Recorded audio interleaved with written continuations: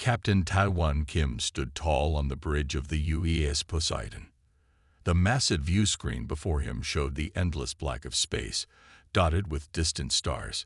This was the edge of human space, where no person had gone before. And he was here in humanity's most powerful ship. "Captain, all systems are running at full power," said Engineer Do-hyun Choi from his station. His fingers moved quickly over the control panel. "The quantum folding drive is stable." Taiwan nodded. The Poseidon was big, very big, 3 kilometers long and armed with weapons that could crack a moon in half. After 50 years of space travel and finding no other intelligent life, Earth had built the Poseidon not for meeting aliens, but for protecting human colonies. "Thank you, Do-hyun," Taiwan said. He walked slowly around the circular bridge, looking at each crew member at work. "This ship is a marvel, the best we have ever made." Commander Han Bin Lee, the weapons officer, looked up from his station. "Captain, the neutron arrays are at full charge. We could hit a target from half a solar system away." "Let's hope we don't need to," Taiwan replied with a small smile. "This is just a test run." The bridge was quiet except for the soft beeps of computers and the low hum of the ship's mighty engines. 200 crew members worked on the Poseidon, but it could run with just 50 if needed. Smart computers did most of the work. Lieutenant Juri Park sat at the sensor station.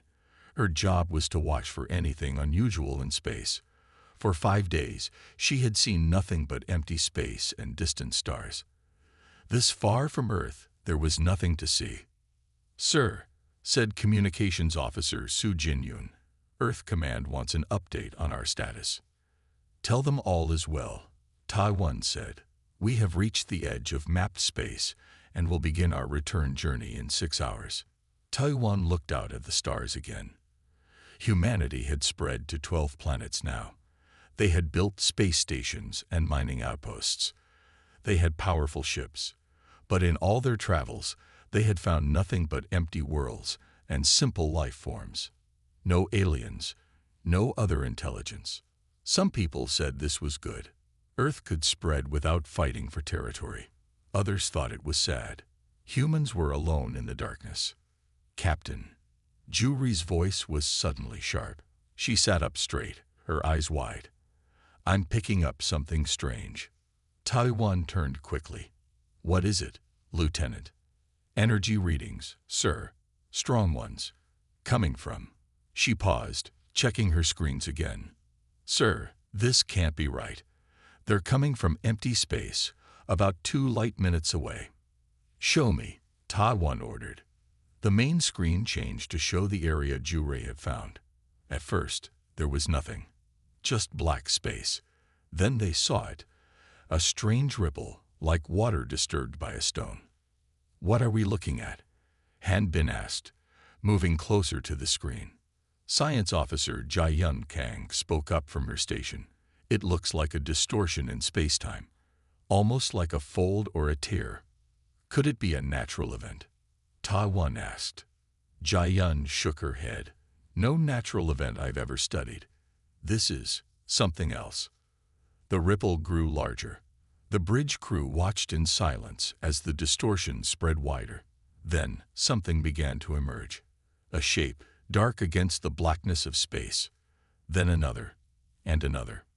"Ships," Han Bin whispered. "Those are ships." Taiwan felt his heart beat faster. After 50 years of finding nothing, here it was. Proof they were not alone. "Sir," Juri said, her voice shaking slightly, "I'm counting 12 vessels. The largest is about half our size. They're moving in formation." "How fast are they moving?" Taiwan asked. "That's impossible," Juri said, checking her readings again. "They're moving at speeds we can't achieve except with our quantum drive. But they're doing it in normal space." Taiwan stood very still.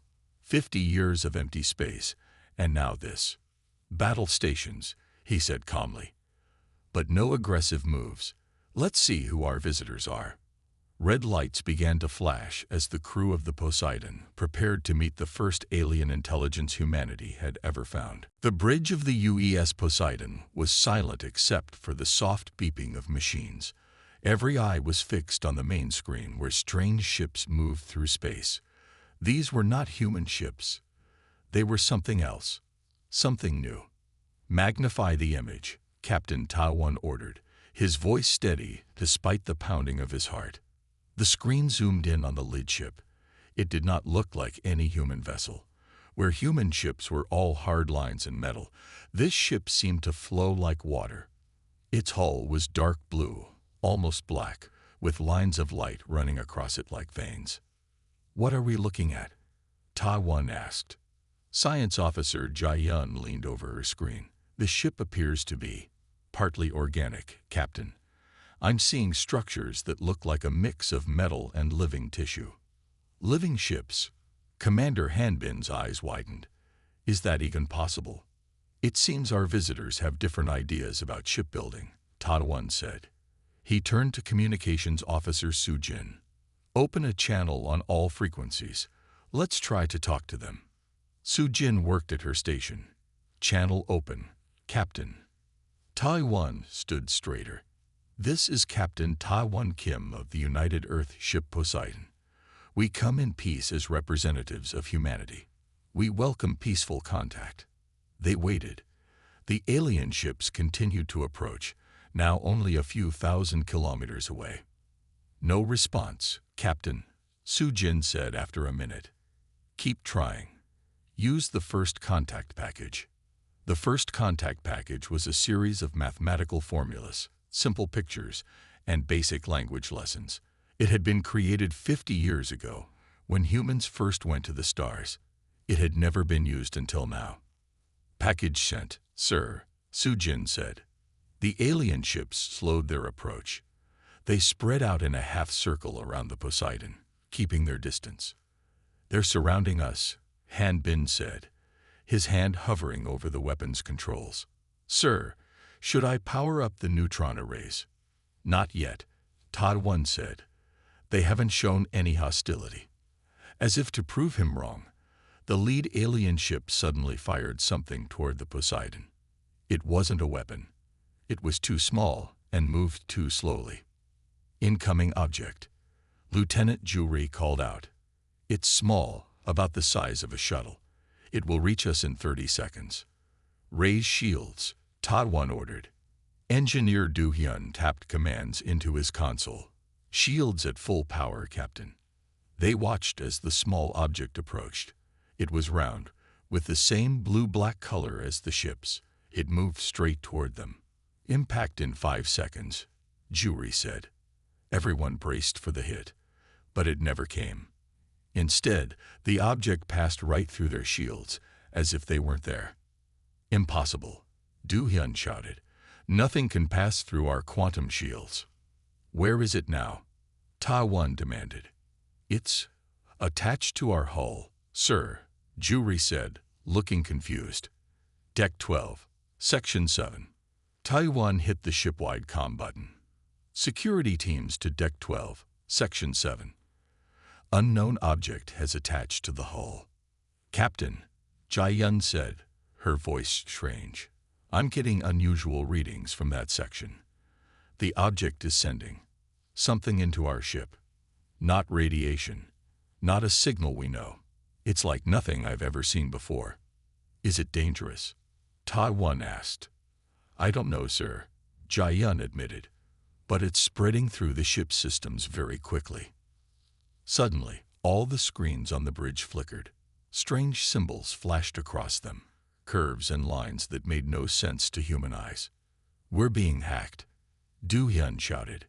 He typed frantically at his station. "I can't stop it." The main screen changed. Instead of showing the alien ships, it now showed a strange, crystal-like shape that shifted and changed as they watched. It had no eyes, no mouth, but somehow they all felt it was looking at them. "What is that?" Hanbin whispered. Before anyone could answer, a strange sensation washed over the bridge. Every crew member felt it. a tingling in their minds like someone gently touching their thoughts.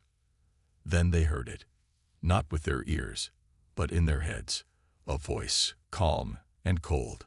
Asterisk, we are the Moran. Your presence is unexpected. Your technology is interesting. You will explain how you acquired it, asterisk. Taiwan looked around at his shocked crew. This was first contact, but not how anyone had imagined it would be. We built it ourselves, he said to the air, just as you built yours. The voice in their head seemed surprised. Asterisk, impossible. No developing species achieves such advancement alone.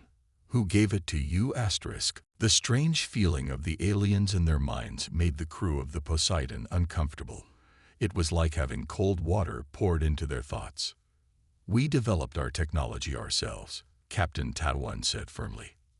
Over many centuries, we didn't steal it.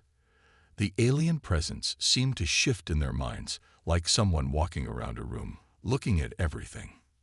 Asterisk, interesting. No species in our 1,000 years of space travel has developed quantum technology without guidance, asterisk. Jai Yun looked at her captain. Her eyes were wide with a new idea. Sir, she whispered, I think this connection works both ways. Taiwan understood immediately. Try it, he said quietly. Jai Yun closed her eyes. Instead of just feeling the alien presence, she pushed her own thoughts toward it. She pictured Earth's history. People working together, building better tools, learning about the universe, step by step. The alien presence recoiled slightly, surprised. Asterisk, you can reach into our thoughts as well. This is unexpected, asterisk. We are not what you thought, Taiwan said. We are not thieves or children. We are humanity. Through the mind link, images began to flow from the aliens to the humans. The crew saw glimpses of the aliens themselves, tall beings with crystal-like bodies that changed color and shape. They saw their homeworld, a place with 2 suns and endless oceans where crystal cities floated on the water. They also saw the history of the Moran, how they had conquered hundreds of worlds, how they had taken technology from other species. They saw that the Moran believed this was the natural way of the universe. The strong take from the weak and grow stronger. They're an empire, Hanbin said softly. They take what they want. And they've never met anyone as strong as us, Taiwan added. Jai-yun was still with her eyes closed, diving deeper into the mind link. Captain, I'm learning more about them. The Moran have ruled their part of space for over 3,000 years. They believe it's their right to take from lesser species, but they're confused by us. They can't place us in their understanding of the universe. Asterisk, you should not exist as you are. Asterisk, the Moran voice said in their minds. Asterisk, your advancement is too rapid. Your ship is too powerful. You must have had help, asterisk. We helped each other, Taiwan replied. Humans work together. We build on each other's ideas. We share knowledge. The concept seemed alien to the Moran. Through the mind link, the humans felt confusion from the crystal beings. Asterisk, we wish to inspect your vessel more thoroughly. You will allow this, asterisk. It wasn't a request. It was an order. That will not be possible, Taiwan said. Our ship is under Earth jurisdiction. We welcome peaceful exchange, but we will not surrender control of our vessel. The alien presence grew colder in their minds. Asterisk, you misunderstand, human. It was not a request, asterisk. At that moment, alarms blared across the bridge. Du Hyun shouted from his station, Captain, the alien probe is spreading throughout our systems. It's trying to override our controls. Isolate the bridge systems, Taiwan ordered. Too late, Du Hyun said. It's already in. The main screen flickered again, showing more of the shifting crystal forms. Now the humans could see that they were looking at many Moran, not just one. A group of them, watching the humans like scientists might watch lab animals. Asterisk, your resistance is noted. Asterisk, the voice said. Asterisk, but unnecessary. We have studied many species. All eventually accept their place, asterisk. Jiayun suddenly gasped. Her eyes flew open. Captain, while they've been talking to us, I've been learning about their ships. Their technology is different from ours, but I understand some of it now. Their main weapons are energy-based, similar to our plasma cannons, but more advanced. Taiwan looked at her in surprise. How did you learn this? The mind bridge works both ways, Jiayun said. They've been examining us, but I've been examining them too. And they don't realize how much I can see. For the first time since the aliens appeared, Taiwan smiled slightly. Well done, Jiayun. What else can you tell us? Their ships are partly organic, partly machine. They've combined technology from multiple species, and she paused, her eyes widening. They're planning to disable our ship with some kind of energy pulse. They think we won't be able to resist. Han Bin moved to his weapons station. Should I target their lead ship, sir? Not yet, Taiwan said, but prepare a defense.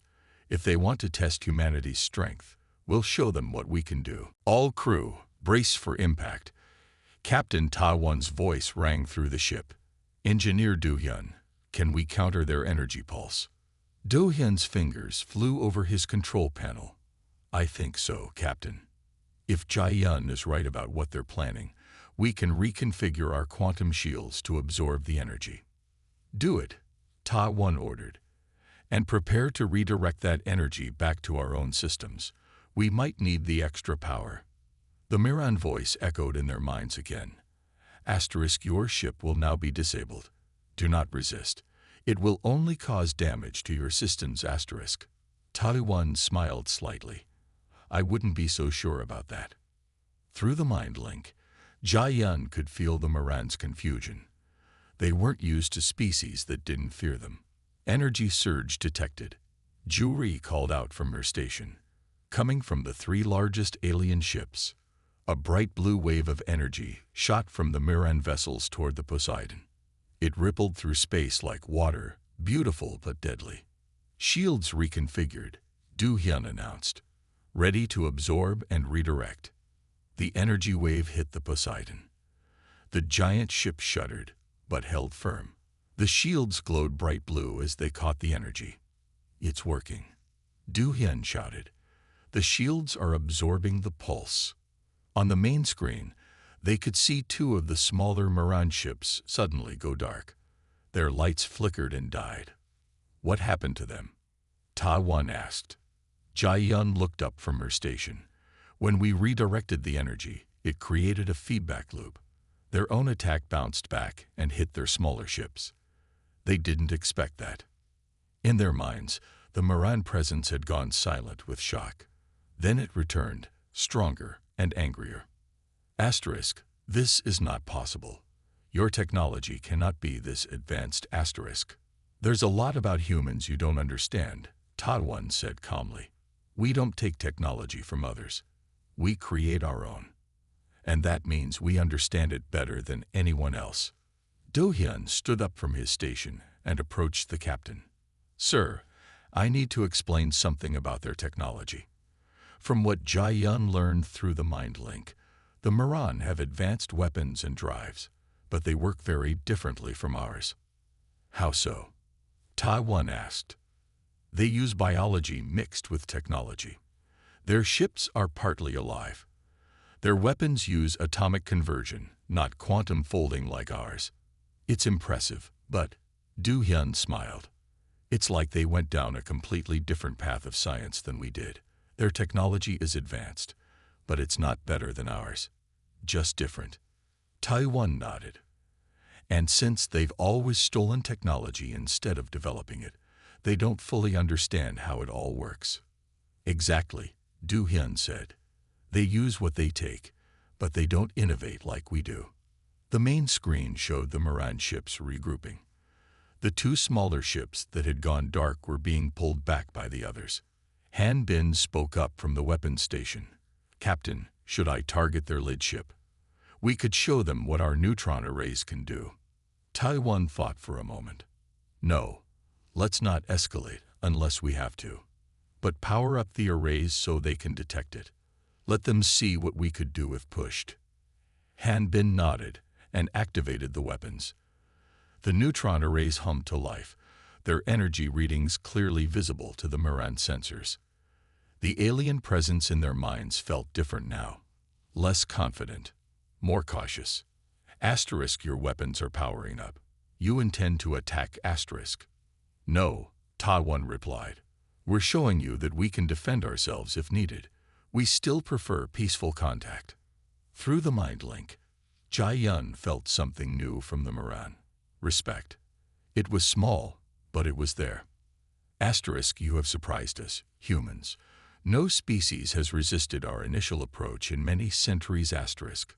Get used to being surprised by humans, Ta-1 said. It's what we do best. The Moran ships maintained their distance now. They had clearly changed their assessment of the situation. Captain, Su-Jin called from communications. I'm detecting actual radio signals from the aliens now. I think they want to communicate through normal channels instead of just the mind link. Good, Ta-1 said. That's progress. Open a channel. As Su-Jin worked to establish communication, Ta-1 looked at his crew. They had just faced the most advanced alien species humanity had ever encountered, and they had held their ground. Well done, everyone, he said quietly. Round 1 goes to humanity. As the bridge crew waited for the Moran to respond through normal channels, Su-Jin suddenly stood up from her station. Her face showed she had an idea. Captain, may I speak with you? She asked. Ta-1 nodded, and they moved to a quiet corner of the bridge. Sir, I've been thinking. Su-Jin said, we're at a turning point. The Moran see us as a threat now, but not yet as possible friends. What do you suggest? Ta-1 asked. Let me send them more than just words. Let me send them our history, our art, our music. Show them who humans really are. Ta-1 looked thoughtful. You think that might change how they see us? The Moran built their empire through conquest, Su-Jin explained. From what Jia-Yun learned, they only respect power. But what if we show them there's another way? That cooperation can be stronger than conquest. After a moment, Ta-1 nodded. Prepare the data package. But be careful what you include. We don't want to show all our strengths or weaknesses. Su-Jin returned to her station and began to work. She picked images, music, and videos from Earth's history. She showed how humans had once fought each other, but learned to work together. She included scenes of great achievements built by many people working as one. Package ready, Captain, she announced after several minutes. Send it, Ta-1 ordered. As the data transferred to the Moran ships, everyone on the bridge waited. The mind link was still active, but quieter now, like the aliens were thinking. Then the main screen lit up with an image. It showed one of the crystal beings, its body shifting with blue and green colors. When it spoke, its voice came through both the speakers and their minds. I am Leader Cole of the Moran Dominion. Your resistance is unexpected. Your history is strange to us. I am Captain Ta-1 Kim of Earth. Ta-1 replied. We are pleased to speak with you directly. You show us images of your people working together, the Moran said. Why? Do you think this impresses us? The strong must lead. The weak must follow. This is the natural order. Su-Jin stepped forward. May I respond, Captain? Ta-1 nodded. Leader Cole, Su-Jin began. The images we sent show our strength, not our weakness. When all humans contribute their ideas freely, we create better solutions than any single mind could. That's how we built the Poseidon. Not by one ruler forcing others to work, but by millions of minds working together by choice. The crystal being's colors shifted to dark purple. This method is inefficient. It would take too long to hear so many voices. Yet we built our ship in less time than it took your people to copy the technology from others, Su-Jin said boldly. The bridge crew held their breath. Su-Jin's words were risky. The Moran leader's colors flashed bright red for a moment. Then, surprisingly, they shifted to a calm blue. Your words have truth, Call admitted. We have wondered why we find no species as advanced as ourselves. Perhaps because we take their future when we take their technology. Jai-yun, still monitoring the mind link, spoke softly to Taiwan. Captain, their thoughts are changing. There's confusion, but also curiosity. You have shown us something new, humans, Cole continued. We would learn more about your methods. Taiwan smiled. We would be happy to share our knowledge, Leader Cole. Perhaps we could arrange for your representatives to visit Earth. Yes, Cole agreed. We will send our best minds to study your world. As they discussed details, Lieutenant Jury suddenly called out, Captain, I'm detecting energy spikes from 3 of the smaller Miran vessels. They're moving closer. Han Bin jumped to his station, weapons locking onto us. On the screen, Cole's crystal form seemed surprised. Captain Taiwan, this is not by my order. Before Taiwan could respond, the 3 Miran ships fired bright beams of energy at the Poseidon. The shields flared as they absorbed the attack. All stations, report. Taiwan called out. Shields holding at 92%, Du-hyun reported. Leader Cole, explain this attack. Taiwan demanded. Cole's colors had turned dark. These ships are commanded by War Leader Vex. He does not agree with my interest in your people. He believes all new species must be conquered, not befriended. The mind link suddenly filled with new cold thoughts. A different Miran voice filled their heads. Asterisk humans. Your time of freedom ends now. All species serve the Dominion in the end asterisk. Captain, Han Bin said, his hand hovering over the weapons controls. Your orders. Taiwan's face hardened. Su Jin's diplomatic approach was worth trying, but it seems not all Miran want peace. Sir, Han Bin pressed. Target the 3 attacking ships, Taiwan ordered. Show them exactly what the Poseidon can do. Target locked on all 3 attacking vessels, Han Bin reported from his weapons station. Fire warning shots, Taiwan ordered. Show them our range and power, but don't destroy them. Han Bin pressed a series of buttons. The Poseidon vibrated slightly as 3 small beams of energy shot out from its neutron arrays. The beams passed just in front of the attacking Miran ships, missing them by meters. On the main screen, Leader Cole's crystal form pulsed with bright colors. Most impressive, Captain.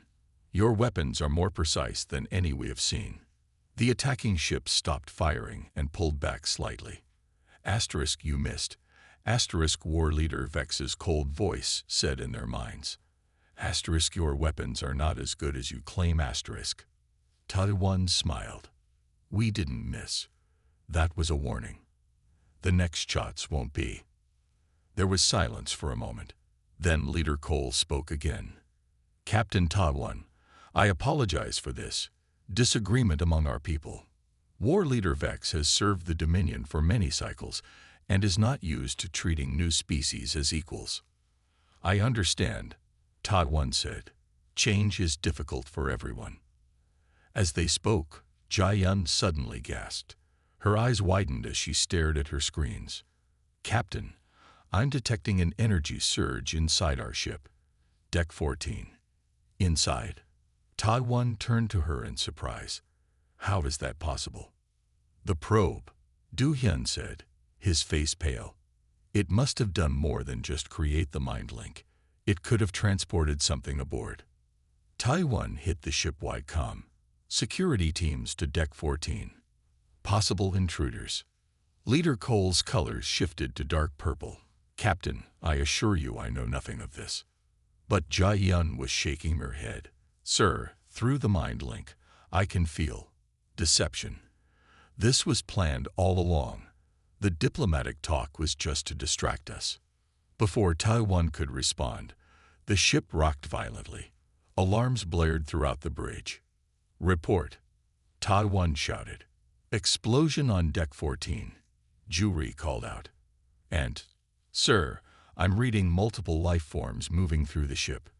They're not human. The Miran are inside the Poseidon. Taiwan said grimly. Hanbin, take a security team and stop them. Hanbin nodded and ran from the bridge, his hand on his weapon. What are they after? Su Jin wondered aloud. Our technology, Du Hyun said. What else? They want to know how we built the Poseidon. The ship shook again. More alarms sounded. They're heading for the engine room, Juri reported. And, sir, they've taken hostages. I'm reading 5 human life signs moving with the intruders. Taiwan's face hardened. Su Jin, open a channel to all Miran ships. When the channel was open, Taiwan spoke in a cold, clear voice. This is Captain Taiwan Kim. Your boarding party has taken my crew members hostage. This is an act of war against Earth. Remove your people immediately, or face the consequences. On the screen, Leader Cole seemed to shrink slightly. Captain, I cannot control War Leader Vex once he has begun a mission. He believes your technology must belong to the Dominion. Then he will learn a painful lesson today, Taiwan replied. The ship's comm system beeped. Taiwan pressed a button to answer it. Captain, Hanbin's voice came through, sounding stressed. The intruders have captured 5 crew members, including Jae-yun and Du-hyun. They've taken them to their ships using some kind of teleportation technology. Taiwan's eyes widened. His science officer and chief engineer, the 2 people who best understood the Miran and the Poseidon's technology, were now in enemy hands. Asterisk, we have what we need, asterisk War Leader Vex's voice said in their minds. Asterisk your science female and your machine male will help us understand your ship's secrets. Surrender the Poseidon now, and they will not be harmed, asterisk. The main screen changed to show Jae-yun and Du-hyun. They stood surrounded by crystal beings on what appeared to be the bridge of a Miran ship. They looked afraid but unharmed. Captain, Jae-yun called out. Don't give them what they want. We'll be okay. A crystal hand reached out, and the screen went black. Leader Cole's image returned. Captain, I regret this situation. But now you must see that resistance is futile. The Dominion will have your technology, one way or another. Taiwan looked around at his remaining bridge crew. They waited for his orders, their faces showing determination despite their fear. Security Chief Minho, Taiwan called to the officer who had replaced Hanbin at Tactical. Can you track our people on the Miran vessels? Minho worked at his console for a moment. Yes, sir.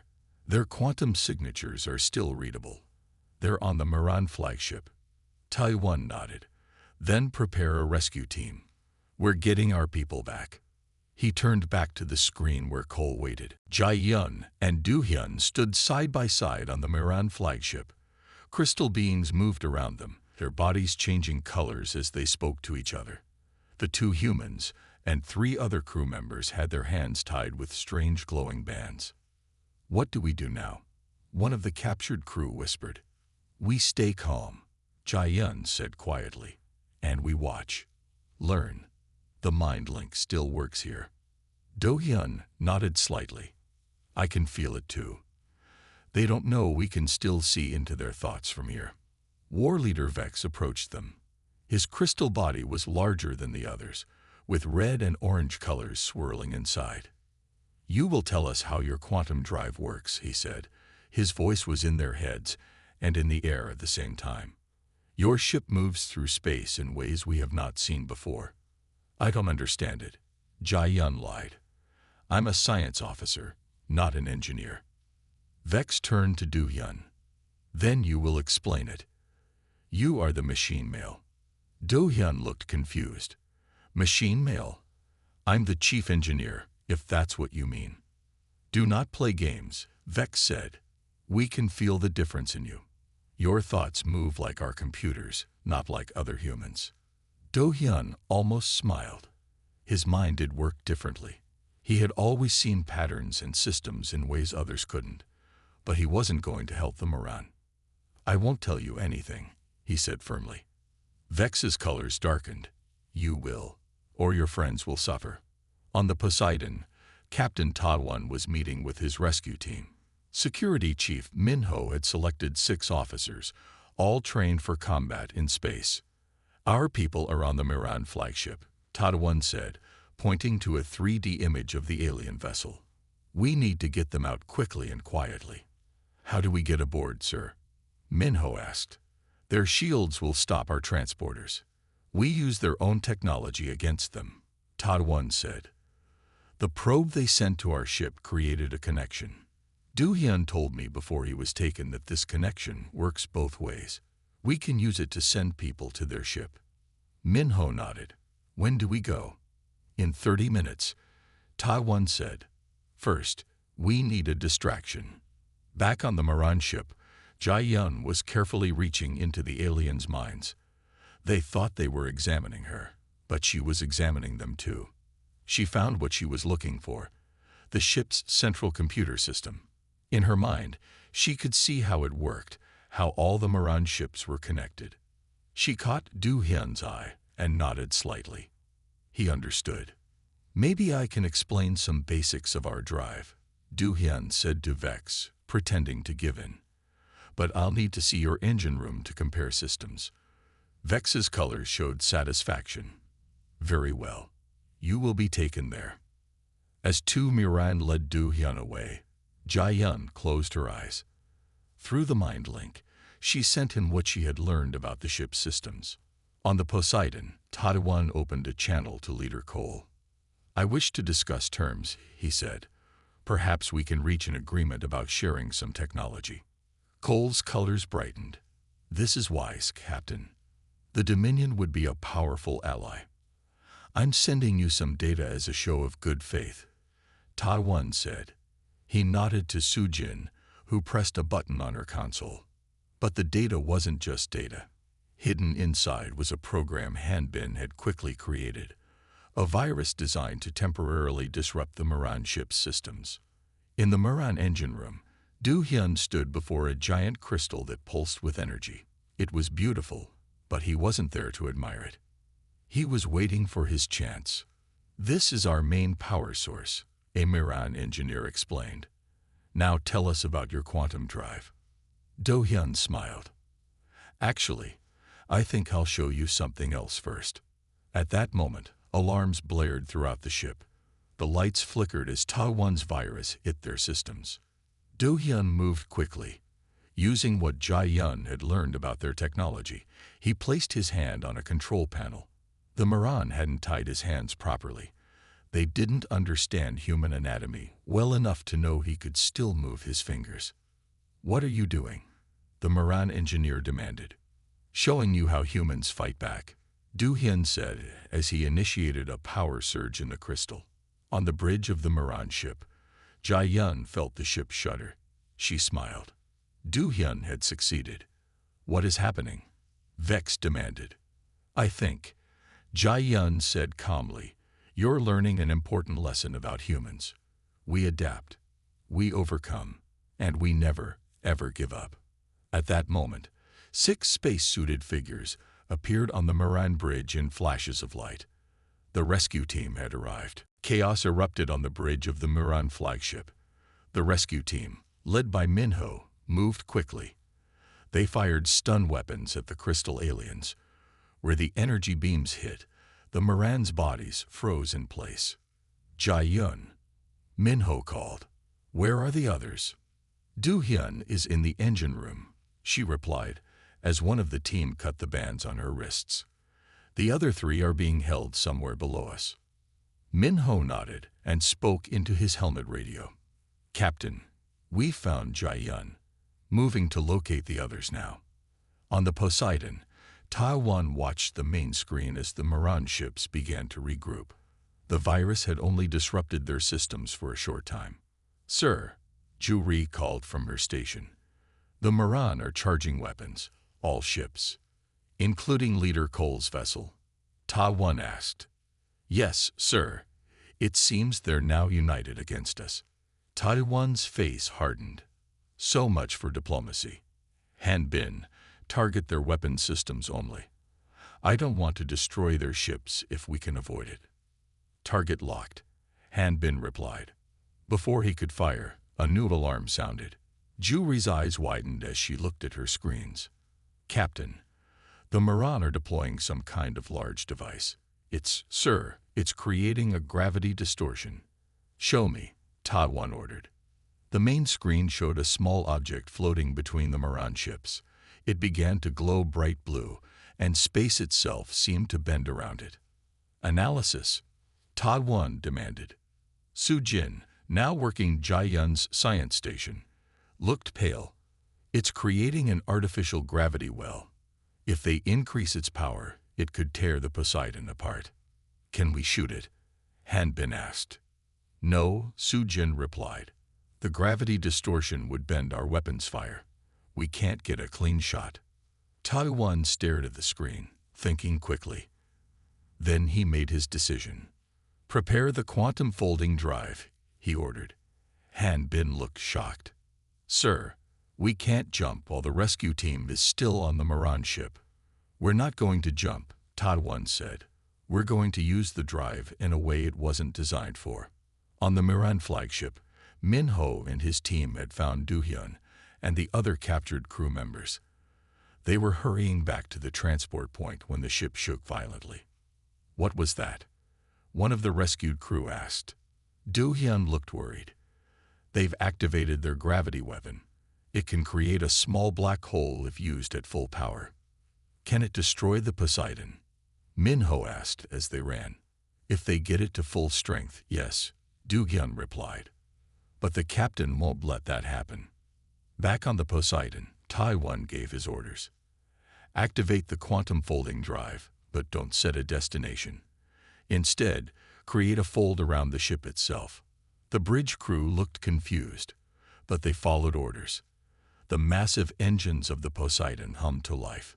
Sir, Han Bin said nervously, this has never been tested.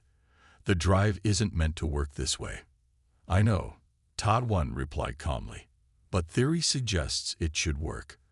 The drive doesn't just move us through space-time. It creates folds in reality. As the drive activated, something strange happened. The Poseidon seemed to blur. On the Moran sensors, it no longer appeared as one ship, but as multiple ships, all in slightly different positions. What's happening? Juri asked in awe. The quantum drive is creating overlapping realities, Ta 1 explained. The Poseidon now exists in multiple states at once. They can't target us because there's no single us to target. In the mind link, Ta 1 could feel the shock and confusion of the Moran. They had never seen anything like this before. On the Moran flagship, War Leader Vex stared at his screens in disbelief. Impossible, he whispered, his crystal body flashing with chaotic colors. No technology can do this. In that moment of confusion, Min Ho and his team, along with all the rescued crew, reached the transport point.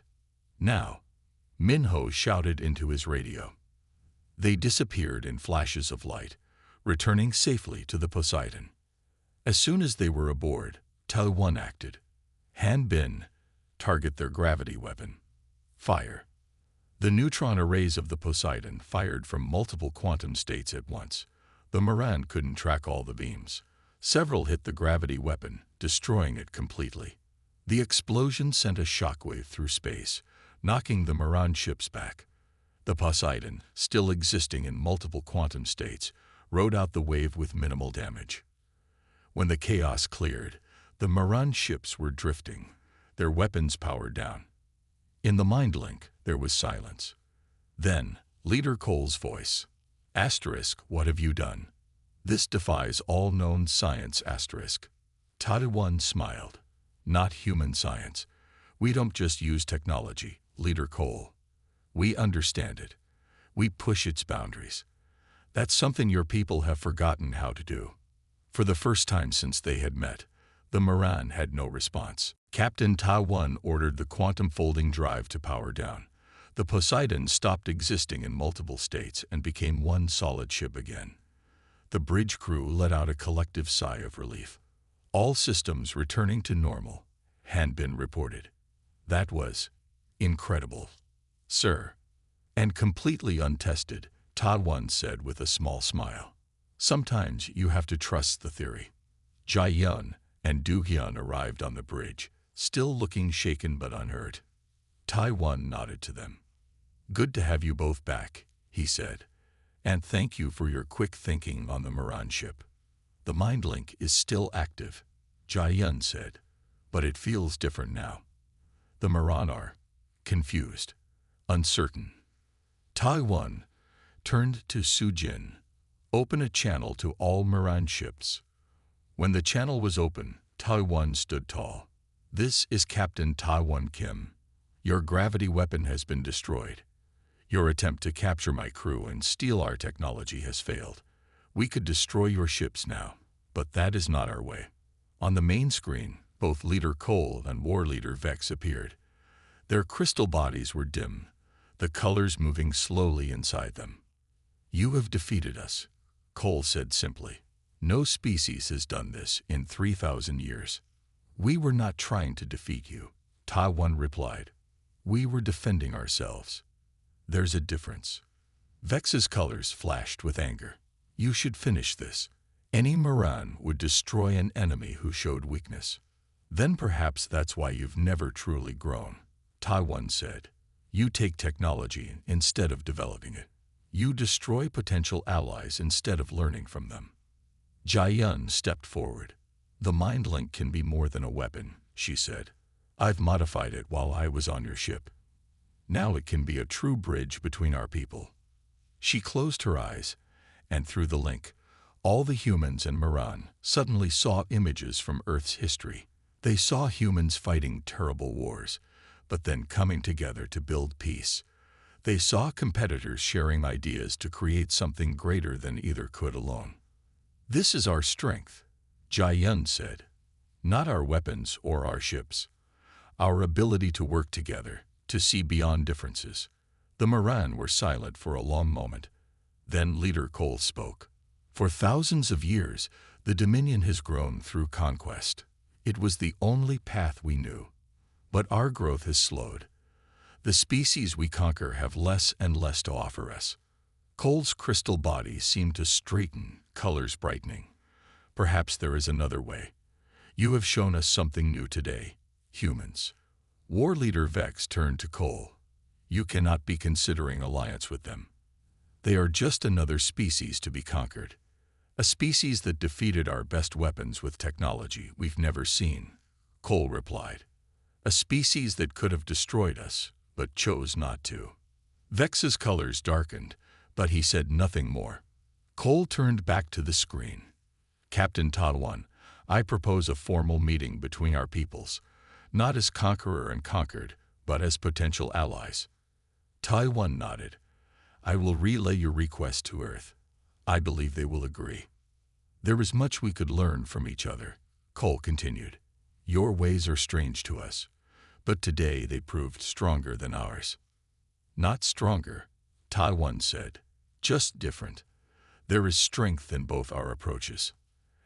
After the communication ended, Ta-One looked around at his crew. They were tired but proud. Set course for Earth, he ordered, and prepare guest quarters. We'll be taking some Moran representatives home with us.